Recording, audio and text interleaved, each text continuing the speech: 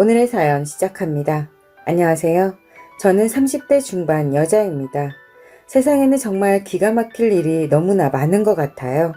그리고 세상에는 정신이 온전치 못한 사람들도 너무 많은 것 같아요.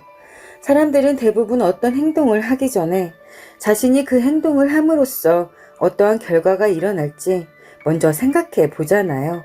그래서 그렇게 할지 말지를 결정하죠. 그런데 단순히 감정에 사로잡혀서 앞뒤 분간을 안 하고 미쳐서 하지 말아야 할 행동을 하는 경우도 있는 것 같아요. 그런 경우에는 나중에 땅을 치고 평생을 두고두고 후회를 하죠. 저도 얼마 전에 그런 사람을 봤습니다. 그 사람은 바로 저의 남편이었던 사람입니다. 남편은 저보다 한 살 많은데요. 저희는 8년 정도 연애를 했어요. 처음 만난 건 소개팅으로 만났어요. 남편은 대학교를 졸업하고 임용고시를 준비하고 있었어요. 저는 중소기업에 취업해서 이미 돈을 벌고 있었고요. 남편의 첫인상은 좋았어요. 잘생긴 편에 속했고 성격도 착해서 첫 만남에 괜찮은 사람이구나 하는 생각을 했죠. 남편도 제가 마음에 들었는지 처음 만난 날 헤어질 때쯤 사귀자고 하더군요. 그래서 사귀게 되었어요. 남편은 3년 후에 임용고시에 합격했어요. 그러니까 3년 동안 데이트 비용은 거의 제가 냈어요. 그렇다고 저희가 비싼 곳에 가고 비싼 거 먹으러 다닌 것도 아니었어요. 남편도 저도 평범한 보통 사람이었거든요. 조금 검소한 거에 가까운 커플이었죠. 저희는 커피숍을 가기보다는 자판기나 편의점 커피를 마시며 걷는 것을 즐겼어요. 그리고 비싼 식당에서 기분을 내기보다는 멀어도 싸고 맛있는 집을 찾아 다녔어요. 남편이 공부하느라 매일 만나지는 못하고 일주일에 한 번 아니면 많아야 2번 만나곤 했어요. 남편은 좋은 사람이었고 만나면 즐거웠어요. 하지만 친구들은 남편을 만나는 걸 반대했어요. 데이트할 때 비용을 다 제가 내는 것도 그렇지만 친구들이 언제 합격할지도 모르고 어쩌면 합격을 못할 수도 있는데 언제까지 기다릴 거냐고 헤어지라고 했지만 저는 남편을 믿었어요. 3년 만에 남편은 임용고시에 합격하였어요. 남편하고 저는 합격 발표를 듣고 아주 기뻐서 울었습니다. 중학교 선생님으로 발령을 받았네요. 그리고 5년 뒤에 결혼을 하게 되었어요. 남편도 저도 결혼은 일찍 하는 것보다 연애하면서 충분히 즐기다 하자고 약속했었거든요. 그런데 결혼할 때 남편은 보탤 돈이 한 푼도 없다는 거예요. 시부모님이 잘 사는 편이 아니어서 도와줄 거라고 기대는 하지 않기는 했지만 남편이 일하는데 왜 돈이 없지 싶었죠. 그래서 월급을 타는데 왜 돈이 없는지 물어봤어요. 그랬더니 남편은 월급을 시어머니께 다 드리고 용돈을 타서 쓴다고 그제야 이야기하더군요. 임용되고 나서도 데이트할 때 돈이 없다고 안 쓰길래 월급 타서 뭐 하는데 그러냐고 물어본 적이 있었거든요. 그때는 저와 결혼하려고 돈 모은다고 했는데 실상은 부모님 다 드렸던 거였어요. 남편은 그동안 부모님이 키워주신 보답으로 그때까지 받은 월급 드린 거라고 하는 거예요. 그때 너무 황당하고 화가 났어요. 모아놓은 돈이 없다는 것 때문이 아니라 저를 속였다는 거에 너무 화가 나더라고요. 그리고 저를 만나고 있었을 때인데 저와 결혼할 생각을 하지 않은 건가? 저 남자가 도대체 무슨 생각으로 그랬나 싶었어요. 그래서 결혼 못하겠다고 이야기했죠. 그제야 남편은 잘못했다고 빌더군요. 다시는 저한테 거짓말 하지 않기로 약속하고 용서를 해주었어요. 그리고 시댁에서 3천만 원을 해준다고 하는 거예요. 남편과 시댁이 그렇게 나오니 정말 결혼은 현실이구나 싶었어요. 아무리 남편을 사랑하더라도 이렇게 일방적으로 희생하면서는 결혼할 수 없다고 생각했어요. 저는 그때 모은 돈이 6천 정도 있었어요. 그리고 저희 친정은 엄청난 부자는 아니었지만 딸 결혼식에 어느 정도 보태주실 여유는 있었고요. 그런데 저는 친정 부모님이 도와주신다고 했지만 안 그래도 된다고 거절했어요. 도리어 제가 가진 돈에서 3천만 원을 제하고 나머지는 다 부모님 드렸어요. 눈에는 눈, 이에는 이 두고 보자. 남자가 여자보다 무조건 더 많이 해야 해. 이런 마음으로 그랬다기보다는 반반 결혼을 해야 서로 부담도 없고 서로의 마음이 편할 것 같아서 그랬어요. 남편도 저와 같은 마음이라고 생각했어요. 제가 3천만 원 해간다고 하니까 남편이 별말 하지 않았거든요. 여하튼 그렇게 6천만 원으로 시작했어요.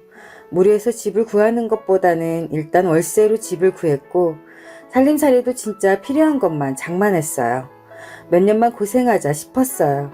지금 와서 생각해보면 왜 그렇게 바보같이 생각했는지 몰라요. 차라리 결혼하지 말았어야 했어요. 그래도 그때는 남편이 좋아서 그리고 앞으로는 그런 문제는 없을 거니까 괜찮을 거라 생각했어요. 결혼하고부터는 남편의 월급을 제가 관리했으니까 그 뒤로 돈에 관한 불안은 없었어요. 그리고 시댁에는 명절 때나 생신 때 가는 것 이외에는 연락을 드리거나 하지는 않았어요. 결혼 전에 남편한테 시댁에 잘하는 거 바라지 말라고 확실하게 말했거든요. 결혼하고 저희 부부는 허리띠를 졸라매고 열심히 돈을 모았는데요. 남편도 한마디 불평하지 않았어요. 2년이 지났고 대출 조금 껴서 빌라를 매매할 수 있었어요. 그렇게 이사하는 날 감개무량 하더군요. 밤에 남편과 축하주 하면서 그동안 고생 많았다고 서로 위로하며 저희끼리 자축했네요. 그런데 이사하고 얼마 지나지 않아 남편의 이중생활을 알게 되었습니다. 철저하게 저를 속여왔더군요. 남편에게 숨겨둔 내연녀가 있었어요. 그 일이 아니었으면 아직까지 모르고 있었을 거예요. 정말 하늘이 도왔다고밖에 할 수 없는 일이 일어난 거죠. 지금 와서 돌이켜보니 그날은 정말 운이 좋았던 날이었어요. 하루 종일 정말 기분이 좋았거든요. 아침에 출근하는데 친구한테서 전화를 받았어요. 정말 오랜만에 연락이 온 친구였어요. 전화를 받자마자 친구는 돈을 갚는다고 하는 거예요. 몇 년 전에 빌려준 건데 저는 잊어버리고 있었는데 갑자기 전화가 와서는 갚는다는 이야기를 하니 꼭 복권에 당첨된 것 같은 기분이 들더군요. 또 점심때 부서 직원들끼리 점심내기 사다리를 탔는데요. 9분의 1의 확률로 제가 공짜 밥을 먹게 되었죠. 그리고 친정엄마가 근래에 부쩍 기운이 없어 하셔서 그 전주에 건강검진을 받았는데요. 몸에는 아무 이상이 없다는 결과가 나왔다고 친정엄마가 전화로 이야기하더군요.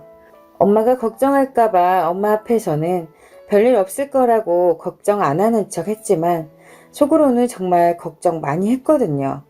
이렇게 기분 좋은 일의 연속인 하루였어요. 그런데 퇴근하고 집에 가는 길에 그것도 바로 집 앞에서 그것을 목격하고 만 거예요. 저는 평소에 내리던 정류장보다 한 정거장 전에 내렸어요.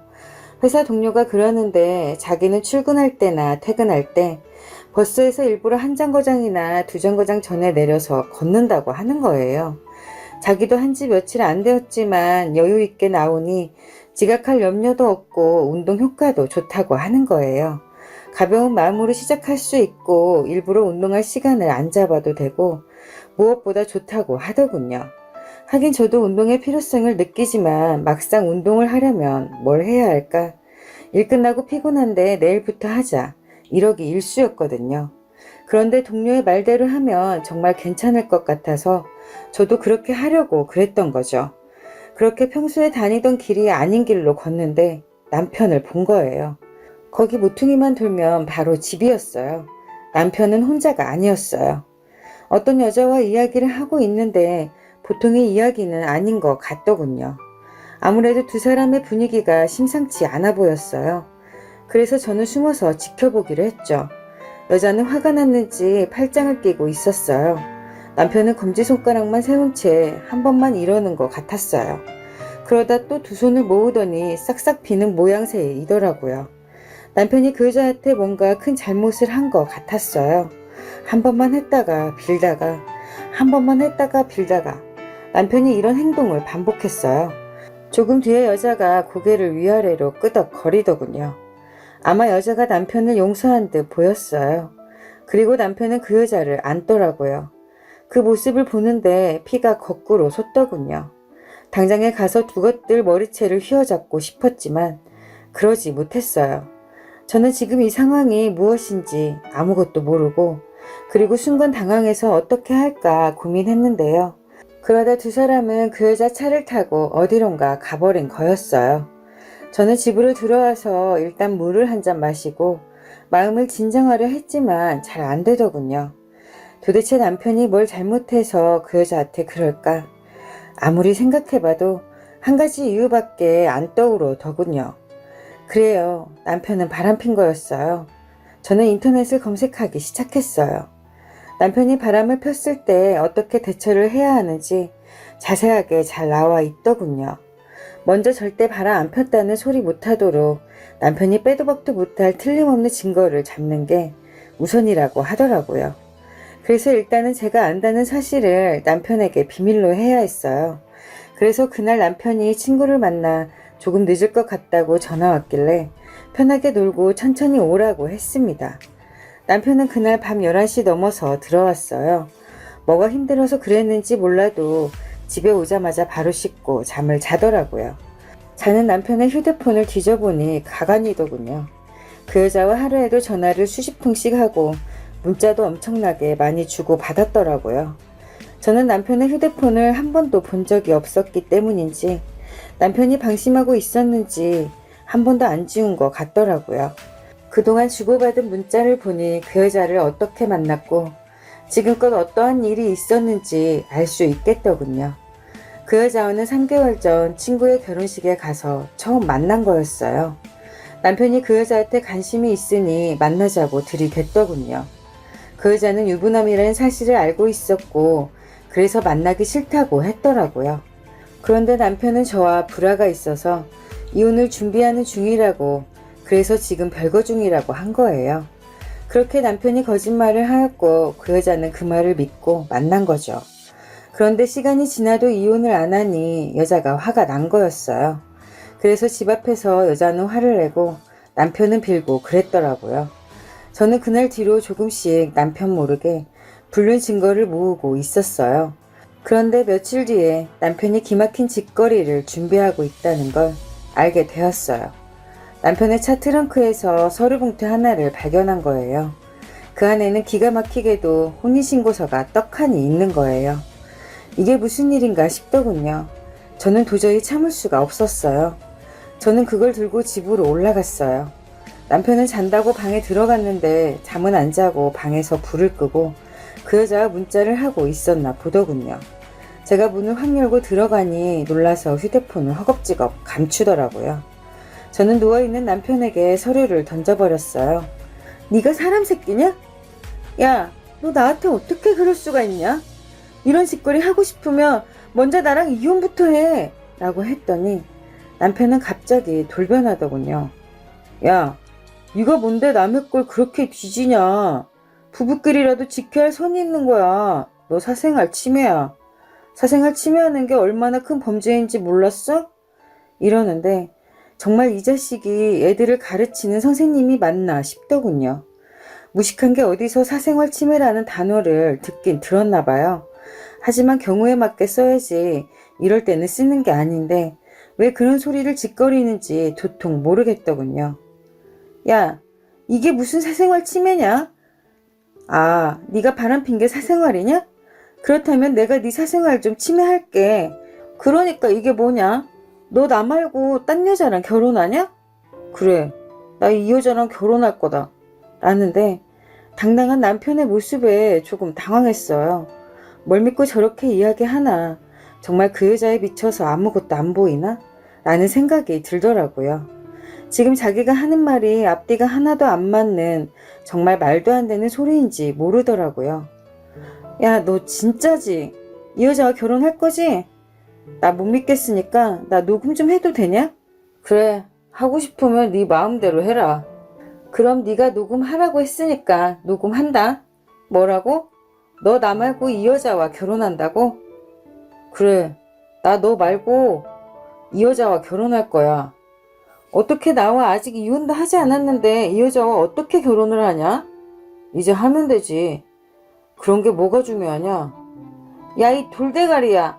그럼 그게 제일 중요하지. 뭐가 중요하냐? 너랑 나랑 아직 부부야. 그런데 지금 네가 바람을 피면 그게 불륜이고 불륜을 저지르면 안 되는 거 못 배웠냐? 그런데 남편은 그 말을 듣고도 적반하장으로 나오더군요. 내가 뭐 내가 그 여자와 바람을 피웠다는 증거 있어? 라는 거예요. 아, 진짜 선생님이라는 사람이 이렇게 무식해도 되나 싶더군요. 야, 꼭 그 여자와 그 짓거리를 하는 것만 바람 피웠다는 증거가 되는 거 아니야. 네가 나를 속이고 그 여자를 만났다는 것, 그리고 그 여자와 결혼을 약속했다는 것, 네가 네 입으로 다 이야기했잖아. 그런 것도 네가 바람을 피우고 있다는 증거로 충분하거든. 이제 잘 알겠니? 남편은 그제야 제정신이 돌아왔는지 잘못했다고 하더군요. 당연히 저는 남편을 용서할 마음이 단 1도 없었죠. 다음날 이혼 전문 변호사님을 찾아갔어요. 제가 그동안 모았던 증거를 보여주자 변호사님이 이 정도 증거면 충분하다 하시더군요. 시어머니가 이혼하겠다는 이야기를 남편에게 들었는지 저에게 전화를 걸어서는 내 아들이 선생님인데 네가 한 번은 눈 감고 넘어갈 수 있는 거 아니냐? 내 아들 데리고 살려면 그 정도는 감수해야지. 너도 내 아들 때문에 편하게 살았잖아. 이러더군요. 시어머니는 아들이 그 정도로 대단한 사람이라고 생각하고 있었는지 몰랐네요. 평소에 아들 부심이 있는 줄은 알았지만 자주 왕래가 없었기에 그 정도인지는 저는 잘 몰랐죠. 그 부모의 그 아들이었어요. 저도 돈 벌거든요. 잘난 아드님하고 별반 차이 없어요. 아드님 되게 잘난 줄 아시는데 별거 없어요. 그리고 아이들 가르치는 사람이 그런 짓 했으면 부끄럽게 생각을 하셔야지 부모가 돼서 그렇게 하시는 게 맞는 것 같나요? 라고 쏘아붙이고 끊어버렸어요. 그리고 남편에게 이혼소송을 거는 것만으로는 도저히 저의 화가 풀리지 않더군요. 그래서 교육부에 민원을 넣었어요. 그런 인성을 가진 사람이 아이들을 가르친다는 게 도저히 말이 안 되잖아요. 결국 남편은 교직을 박탈당했어요. 그리고 그 여자한테 상간녀 소송도 걸었네요. 그 여자는 찾아와서 마음대로 해보라고 그래도 자기는 남편을 사랑한다고 하는 거예요. 참 뻔뻔한 여자더라고요. 그런데 남편이 학교에서 잘리자 그 여자는 남편 곁을 떠나가더군요. 그걸 보니 뭐 때문에 그 여자가 남편을 만났는지 알겠더라고요. 얼마 전에 이혼 결정이 났는데요. 재산 분할을 유리하게 하고 위자료도 받게 되었네요. 상간녀 소송도 끝나서 그 여자한테 위자료를 받았어요. 이렇게 남편과 끝을 맺게 되었네요. 이렇게 되니 남편과 결혼할 때 생겼던 문제가 생각이 나더라고요. 결국 제 발등은 제가 찍은 셈이네요. 처음부터 그런 사람하고 결혼을 말았어야 했는데 누구를 탓하겠어요. 그래도 아이가 없는 상태에서 끝이 나서 다행이라고 위안 삼고 말려고요. 전 남편은 그 여자에 미쳐 바람펴서 결국 이혼을 당하고 위자료 물고 학교도 잘려 백수가 되었네요. 이제 그 나이에 다시 일자리를 알아보게 생겼네요. 저는 아무리 생각해봐도 억울하지만 더 이상 후회하면서 인생을 낭비하지 않으려고요. 그 사람을 생각하는 것조차 제 인생을 허비하는 것이라는 생각이 들었어요. 제가 바람을 펴서 그렇게 된 것도 아니고 요즘 세상에 결혼 한번 실패한 거는 흠도 아니라고 하대요. 끝까지 들어주셔서 감사해요. 다음번에는 정말 좋은 사람을 만난다는 사연을 올리게 되었으면 좋겠네요.